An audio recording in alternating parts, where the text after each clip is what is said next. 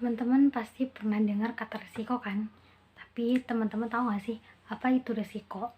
Risiko adalah suatu keadaan ketidakpastian tentang kondisi yang terjadi di masa yang akan datang. Bentuk keputusan yang diambil didasarkan berbagai pertimbangan yang ada pada saat ini. Risiko itu melekat dalam kehidupan kita, apalagi bagi kalian yang sedang menjalankan sebuah bisnis. Menurut Sim dan Siegel tahun 1999, risiko didefinisikan berdasarkan 3 indikator, yaitu yang pertama, suatu kondisi yang mengarah pada sekumpulan hasil khusus yang didapatkan dari kemungkinan yang telah diketahui oleh pengambilan keputusan. Yang kedua, variasi pada keuntungan, variasi pada penjualan, dan variasi pada variabel keuangan lain. Yang ketiga, sebuah kemungkinan yang ditimbulkan dari permasalahan keuangan yang dapat memberikan pengaruh pada kinerja operasi perusahaan keuangan. Contohnya, risiko ekonomi, ketidakpastian politik, dan permasalahan industri. Lalu, bagaimana cara kita untuk menghindari atau meminimalisir risiko tersebut? Tentunya, kita dapat melakukan pengendalian risiko untuk meminimalisir terjadinya risiko. Jadi, apa sih pengendalian risiko itu? Halo, nama aku Putri Puspitasari dari kelas manajemen 21F.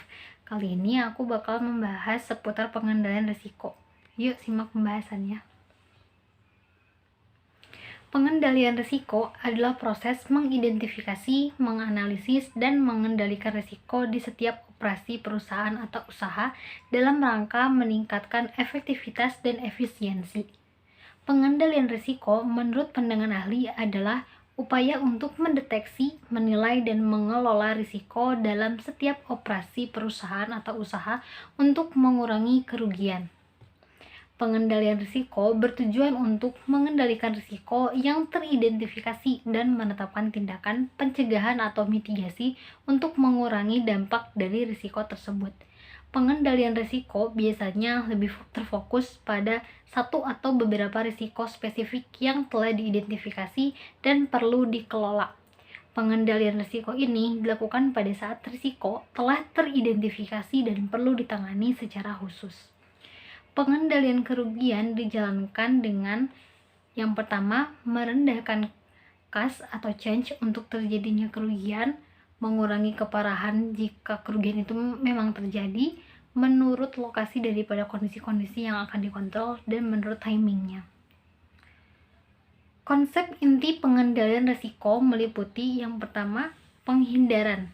Penghindaran adalah metode terbaik untuk mengendalikan kerugian. Misalnya, setelah mengetahui bahwa bahan kimia yang digunakan dalam pembuatan barang perusahaan berbahaya bagi pekerjanya, pemilik pabrik mencari bahan kimia pengganti yang aman untuk melindungi kesehatan pekerja, namun penghindaran tidak selalu memungkinkan. Yang kedua, pencegahan kerugian. Pencegahan kerugian menerima suatu risiko tetapi berupaya meminimalkan kerugian daripada menghilangkannya. Misalnya, persediaan yang disimpan di gudang rentan terhadap pencurian.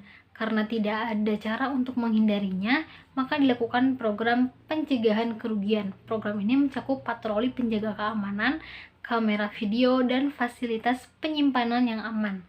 Asuransi adalah contoh lain dari pencegahan risiko yang diserahkan kepada pihak ketiga melalui kontrak. Kemudian selanjutnya, pengurangan kerugian. Pengurangan kerugian menerima risiko dan berupaya membatasi kerugian ketika ancaman terjadi. Misalnya, sebuah perusahaan yang menyimpan bahan mudah terbakar di gudang memasang alat penyiram air yang canggih untuk meminimalkan kerusakan jika terjadi kebakaran. Selanjutnya, pemisahan. Pemisahan melibatkan penyebaran aset-aset utama sehingga kejadian bencana di satu lokasi hanya berdampak pada bisnis di lokasi tersebut. Jika semua aset berada di tempat yang sama, maka bisnis akan menghadapi masalah yang lebih serius. Misalnya, sebuah perusahaan memanfaatkan tenaga kerja yang berbeda secara geografis sehingga produksi dapat terus berlanjut ketika timbul masalah di satu gudang. Kemudian duplikasi. Duplikasi melibatkan pembuatan rencana cadangan, seringkali dengan menggunakan teknologi. Misalnya, Karena kegagalan server, sistem informasi akan menghentikan operasi perusahaan. Server cadangan siap tersedia jika server utama gagal. Yang terakhir, diversifikasi, mengalokasikan sumber daya bisnis untuk menciptakan banyak lini bisnis yang menawarkan beragam produk atau layanan di industri yang berbeda. Hilangnya pendapatan yang signifikan dari satu lini tidak akan mengakibatkan kerugian yang tidak dapat diperbaiki terhadap laba perusahaan. Misalnya, selain menyajikan makanan, sebuah restoran memiliki toko kelontong yang menjual produk saus salad, marinade, dan saus.